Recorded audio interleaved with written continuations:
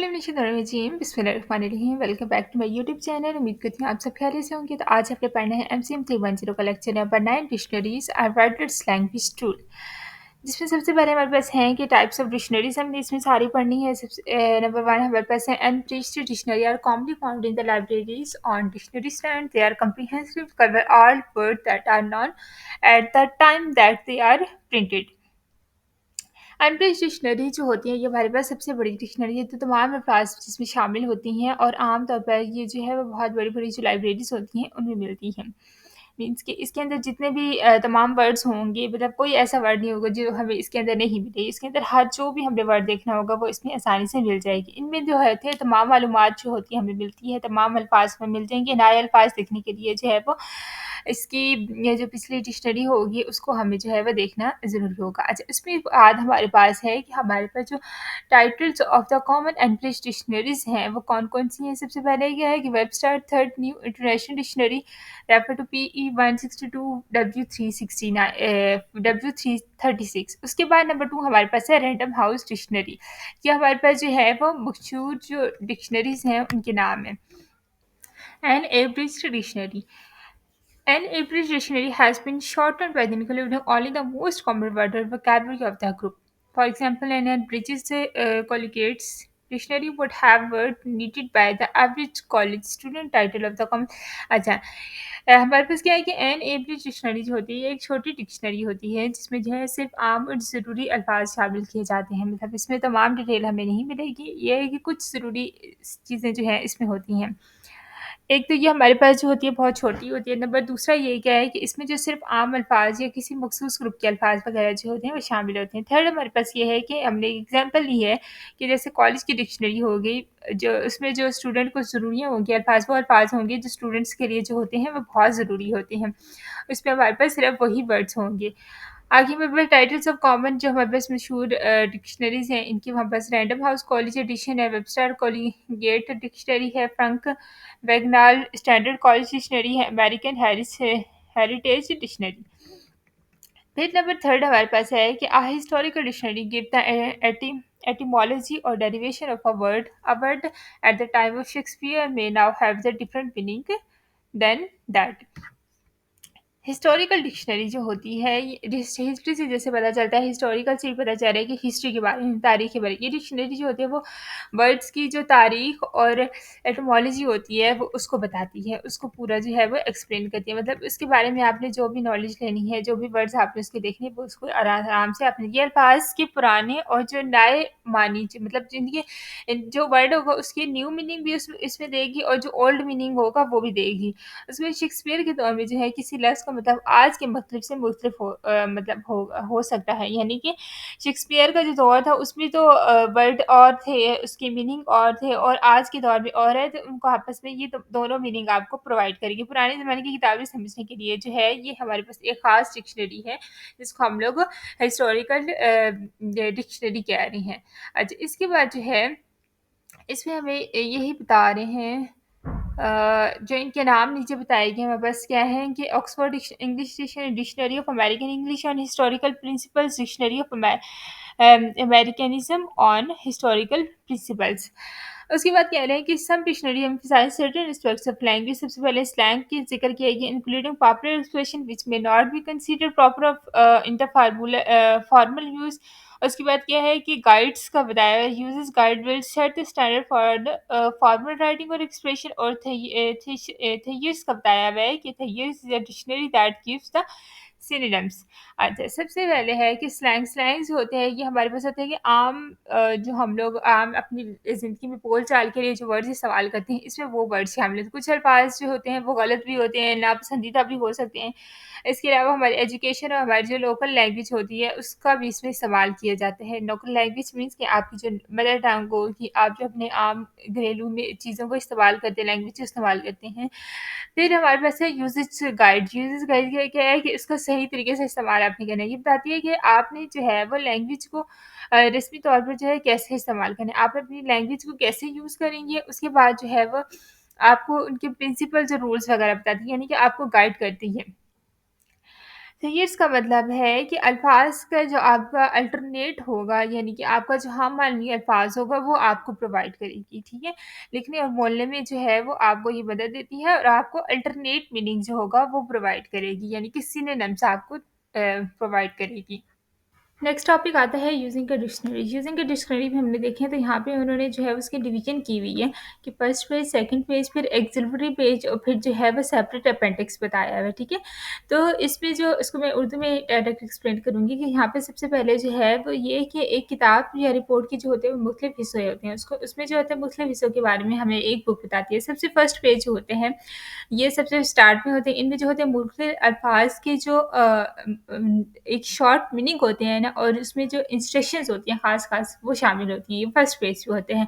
उसके बाद जो है वो सेकंड पेज, सॉरी जो लास्ट पेज होता है, लास्ट पेज एक तो वो सबसे लास्ट में होता है, उसके अलावा वहाँ पे जो चार्ट्स और टेबल्स वहाँ पे बनाए जाते हैं लास्ट पेज पे, ताकि जो है आपने कोई भी नॉलेज लेना हो तो आप आसानी से वहाँ से नॉलेज ले सकें।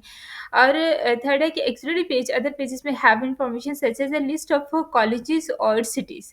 अच्छा, उसके बाद हमारे पास जो है एक्स्ट्रा पेजेस वगैरह जो होती हैं, यानी कि एक्सिलरी पेजेस को कौन सी होगी, एक्स्ट्रा जो पेजेस हैं उनमें जो होती हैं आपको एक लिस्ट बना शामिल होती है, एक मालूमाती लिस्ट जिसे हम कहते हैं, जैसे कॉलेजेस या शहरों वगैरह के नाम हो गए, इस तरह की लिस्ट हमारे पास आती है। उसके बाद हमारे पास फोर्थ है अपेंडिक्स। अपेंडिक्स सेपरेट अपेंडिक्स में गिव द जियोग्राफिकल और बायोग्राफिकल एंट्रीज कि अपेंडिक्स में होते हैं कि ये आपको जो है आपके इस बुक का जो होता है एक्स्ट्रा हिस्सा होता है, जिसमें आपको जियोग्राफिकल और जो है वो बायोग्राफिकल उसकी तफसीलात जो हैं आपको वहाँ पे दी जाती हैं, वहाँ पे सारी एक्सप्लेनेशन दी जाती है। सब कुछ जो है वो किताब या रिपोर्ट को ज़्यादा जो है वो एक तरतीब देने के लिए, एक जो है ना उसको सेट रखने के लिए जो है वो ये डिवीज़न की जाती है, ताकि जो है आपने कोई भी मालूमात कहीं से भी लेनी है तो जो है आप इसलिए वहाँ से हासिल कर सकते हैं। उसके बाद आगे देखते हैं, the table of content list of registration will have the locate information on these preliminary और auxiliary pages specially school text books. फिर आगे जो है वो glossary is a list of technical word और expression used in the field of study. अच्छा, इसमें हमें ये बता रहे हैं, हाँ जी, इस पूरे पैराग्राफ में हमें ये बेसिकली बताया जा रहा है कि किताब के शुरू में जो हमारे पास लिस्ट होती है, कोई भी वो जो टॉपिक्स हमें दिए होते हैं कि ये फ़लाँ-फ़लाँ टॉपिक इस पेज पे हैं, तो वो जो है हमें कोई भी टॉपिक मालूम करने में, जैसे हमारी टेक्स्ट बुक होगी, टेक्स्ट बुक के स्टार्ट में देखें तो हमारे लिखे होते हैं कि हमारे चैप्टर 1 इस पेज पे, चैप्टर 2 इस पेज पे, चैप्टर 3, उसमें क्या होता है कि हमें एक चीज़ को जो है वो ढूँढने में आसानी होती है। तो इसमें भी ऐसे ही होता है डिक्शनरी में कि टॉपिक्स स्टार्ट पे लिस्ट बनी होती है, जहाँ से आपको देखिए आसानी से कोई भी आपने किसी चीज़ के बारे में देखना है आपको मिल जाती है। उसके बाद क्या है कि टेक्स्ट बुक में जो है वो ग्लॉसरी होती है, ठीक है। जो मुश्किल अल्फाज के जो मीनिंग होती है उसको हम लोग वहाँ से उस ग्लॉसरी से जो है वो आसानी से देख सकते हैं। टेक्निकल वर्ड्स जो हमारे पास होते हैं उसको उसमें हम लोग आसानी से उसमें ढूँढ सकते हैं।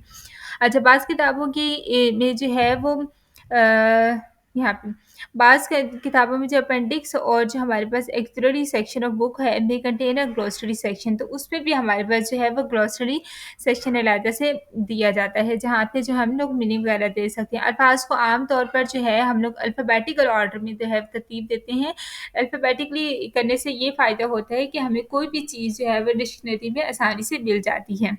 नेक्स्ट टॉपिक हमारे पास आ जाता है kinds of information. Elementary students often are tested on their ability to use dictionaries. Team games can be use to develop skills with कि हमारे पास जो होते हैं वो स्कूल में बाज़ औक़ात बच्चों का एक टेस्ट लिया जाता है कि वो एक डिक्शनरी को जो है कैसे इस्तेमाल करते हैं। उन्हें तरीका सिखाया जाता है, उन्हें उनका टेस्ट लेते हैं कि कैसे जो है वो डिक्शनरी को इस्तेमाल करेंगे। इसके लिए जो है वो बच्चों को एक वर्ड देते हैं और उनको कहते हैं कि आप ये वर्ड जो है वो डिक्शनरी के अंदर हमें ढूँढ के दिखाएँ। ये उनकी एक्सरसाइज़ होती है। इस एबिलिटी को जो है वो मज़ीद बेहतर बनाने के लिए प्रोफ़िशिएंसी जो होती है, इसको हम लोग अगर मज़ीद बेहतर बनाना चाहते हैं तो हम लोग जो है वो स्टूडेंट्स को एक टीम गेम्स के इस्तेमाल कर मतलब टीम गेम देते हैं, टीम्स बनाते हैं और एक गेम खिलवाते हैं, ताकि बच्चे जो है वो इसमें ज़्यादा इंटरेस्ट लें। गेम की सूरत में ज़ाहिर है बच्चा जो करेगा वो ज़्यादा इंटरेस्ट लेगा और अच्छी तरीके से सीखेगा। स्किल्स आगे क्या है कि alphabetical order, guided word pronunciation, syllabication, derivation, etymology, synonyms and antonyms. अच्छा, गाइडेड हमारे पास क्या होती है?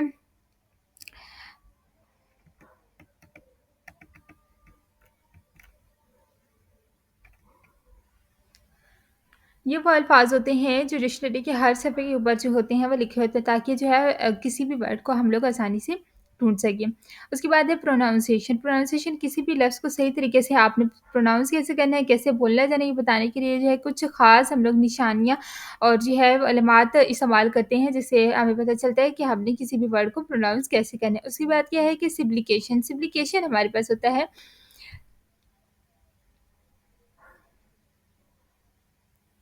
ये जो हमें ये दिखाता है कि कोई भी जब हमारे पास कोई वर्ड जो लंबा लफ्ज़ होता है, उसको हम लोग कैसे जो है वो छोटे-छोटे हिस्सों में तक़सीम करते हैं ताकि जो है वो उसको आसानी से प्रोनाउंस किया जा सके। उसके बाद है डेरिवेशन। डेरिवेशन डेरिवेशन ये बताता है कि कोई लफ्ज़ जो है वो असल में कहाँ से आया है और जो है वो कैसे बना है, ठीक है? उसके वो ड्राइव कैसे हुआ है। उसके बाद है understanding from which language the word come helps explain differences in the phonetic rules. ये हमारे पास क्या है कि लैंग्वेज जो हमारी जो होती है कि किसी भी लफ्ज़ का ताल्लुक जो है वो किस ज़बान से है, ये जानने के लिए जो है वो उसका सही जो प्रोनाउंसिएशन होती है और उसकी जो सही मतलब होता है, उसको जो है हमें समझने में मदद मिलती है। नेक्स्ट हमारे पास आ जाता है एटमोलॉजी। एटमोलॉजी जो है वो is study of word history including the word derivation and how the word uses has changes. Etymology हमारे पास होती है कि ये किसी भी लफ्ज़ की जो हिस्ट्री होती है, पुरानी शक्ल वगैरह और उसके मानी वगैरह और वक़्त के साथ-साथ जो है उसमें जो तब्दीलियाँ हुई हैं, उसको जानने में हमें उसमें मदद मिलता है। यूसेज हमारे पास होता है कि मुख्तलिफ़ इलाकों में जो है लोग एक ही लफ्ज़ को अलग-अलग जो है अंदाज़ में कैसे बोलते हैं, या कैसे लिखते हैं, उसको कैसे जो है वो मतलब यूनिक वेज़ इसमें हमें पता चलते हैं। Meaning and definition. Meaning and definition में है कि किसी भी लफ्ज़ का असल मतलब और उसकी जो एक्सप्लेनेशन है वो हमें पता चलती है। सिनोनिम्स आपको पता है कि मुतरादिफ अल्फ़ाज़ होते हैं, वो अल्फ़ाज़ जो एक ही मतलब रखती हैं और जैसे हमारे पास बड़ा और हम लोग कहते हैं कि कद आवर क्या होता है, वो भी लंबा होता है, बड़ा भी वही होता है और लंबा भी वही होता है। उसके बाद ये है कि एंटोनिमस एंटोनिमस वो अल्फ़ाज़ होते हैं जो एक-दूसरे के उलट मानी रखते हैं और जैसे खुशी और गम, ठीक है? ये हमारे पास क्या हो गया एंटोनिमस हो गया, यानी कि एक-दूसरे के ऑपोज़िट वर्ड जो होते हैं वो एंटोनिमस होते हैं। फिर हमारे पास है कि इलस्ट्रेटिव कोटेशंस रहती हैं कि किसी भी लफ्ज़ के मतलब को वाज़िया करने के लिए जो हम लोग एक मशहूर पर्सनैलिटीज़ को जुमलों या किताबों में जो है वो इस्तेमाल करते हैं, तो वो हमारे पास क्या है कि इलस्ट्रेशन हमारे पास कहलाती है। फिर है कि ये मैप्स एंड प्लेट्स में क्या है कि किसी जगह ये चीज़ को बेहतर तरीके से जो है वो समझाने के लिए जब हम लोग मैप्स और प्लेट्स वगैरह पिक्चर्स वगैरह का इस्तेमाल करते हैं, तो वो हमारे पास है मैप्स और प्लेट्स कहलाती है। फिर है जियोग्राफिकल फैक्ट्स हमारे पास यही है कि हमारे पास जो है किसी जगह की जो हिस्ट्री और उसकी अहमियत, जैसे कि कराची पाकिस्तान का सबसे बड़ा शहर है, तो ये हमारे पास क्या है कि एक उसका ज्योग्राफिकल फैक्ट है। फिर हमारे पास है बायोग्राफिकल फैक्ट है कि मशहूर लोगों से मुतल्लिक जो हमारे पास हक़ाइक़ वगैरह फैक्ट्स होते हैं, जैसे कि इलामा इकबाल पाकिस्तान के कौमी शायर थे, तो ये हमारे पास है क्या है कि बायोग्राफिकल फैक्ट है, तो ये हमारे पास हो गया। उसके बाद है हमारे पास आखिरी है कि dictionary that contain the geographical and biographical information is called an encyclopedic dictionary.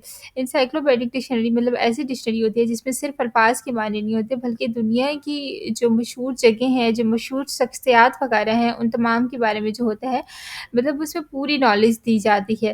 फिर आखिर पे हमारे पास आ जाता है सम डिक्शनरीज़ में have a separate sections with geographical and biographical information, कि कुछ डिक्शनरी जो होती है, जो मशहूर जगह होती हैं, जो मशहूर शख्सियात होती हैं, उनसे मुताल्लिक जो होती है मालूमात के लिए अलग-अलग जो है वो सेक्शन बनाए जाते हैं ताकि जो है वो उनको जानने में आसानी हो, उनको पढ़ने में आसानी हो।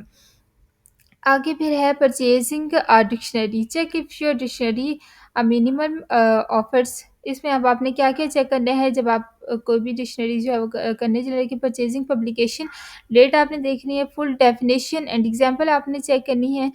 उसके बाद आपके पास है कि pronunciation more than word class होने चाहिए, लेबल यानी कि रजिस्टर हुई हुई हो किताब। लास्ट टॉपिक हमारे पास आता है हिस्ट्री एंड वैल्यू। इस पे जो है वो जिसने जो-जो चीज़ें डिस्कवर की या जो चीज़ें बनाई वो तमाम उनके बारे में लिखा हुआ है कि किसने क्या किया और किस सन में बनाए। सबसे पहले आ जाता है विलियम कैक्सटन 1483। विलियम कैक्सटन 1483 ने जो है वो फ्रांसी इंग्लिश डिक्शनरी जो बनाई थी, जो मुसाफिर थे उनके लिए जो है बहुत मददगार थी। इसके अलावा जो है पुरानी ज़माने जो ओल्ड लैंग्वेजेज़ है उसको समझने के लिए जो है और उसने ट्रांसलेशन की जो भी बहुत ज़रूरी थी। उसके बाद क्या है कि कि 1799 में जो है वो रोस्टर स्टोन 1799 रोस्टर स्टोन जो है वो तब दरियाफ्त हुआ था, जिस पर जो है वो इजिप्ट और ग्रीक, ठीक है, 2 फॉर्म्स कौन-कौन थी, इजिप्ट और ग्रीक लैंग्वेजेस जो थी, इनके बारे में जो है उसने लिखा था और 1822 में जो है वो उसे मुकम्मल तौर पर जो है समझा गया।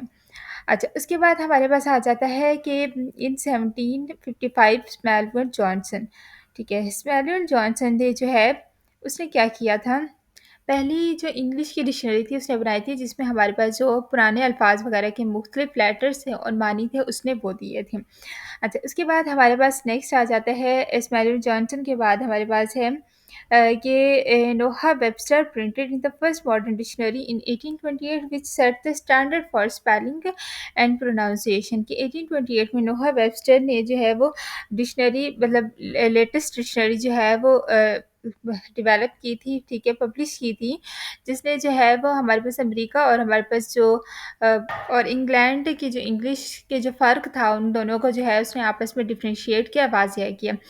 उसके बाद आता है सर जिम्सन, हाँ, सर जिम्सन बरी। सचिन से बरे ने जो है वो आप वर्ड्स की जो हिस्ट्री थी उस पर तहकीक की थी और उसके बाद जो है वो ऑक्सफोर्ड इंग्लिश डिक्शनरी जो है उसमें अल्फाज के जो स्ट्रक्चर थे उसकी प्रोनाउंसिएशन थी और उनके वक्त के साथ साथ बदलते हुए जो मीनिंग थे उसमें वो शामिल किया गया। और आजकल जो है ये इंटरनेट पे बहुत आसानी से अवेलेबल है, आप कहीं भी जो इंटरनेट पे कुछ भी सर्च करते हैं आपको सब कुछ मिल सकता है। तो ये हमारे पास थी इसकी पूरी हिस्ट्री। उसके बाद हमारे पास समरी यही आ जाती है कि जो है डिक्शनरी अल्फाज की जो मीनिंग होती है उसकी जो प्रोनाउंसिएशन होती है उनको लेटर समझने में मदद देती है। मुख्तलिफ आपके पास जो है वह ज़रूरियात के लिए अलग अलग जो है वो डिक्शनरियाँ ईज़िली आपको आजकल के दौर में ईज़िली मिल जाती है। तो ये था हमारे पास MCM 310 का lecture number 10। I hope so lecture number 9, I hope so आप लोगों को लेक्चर की अच्छे से समझ आई होगी। अगर आपको मेरी वीडियो अच्छी लगी है so like share and subscribe my channel. Thank you so much.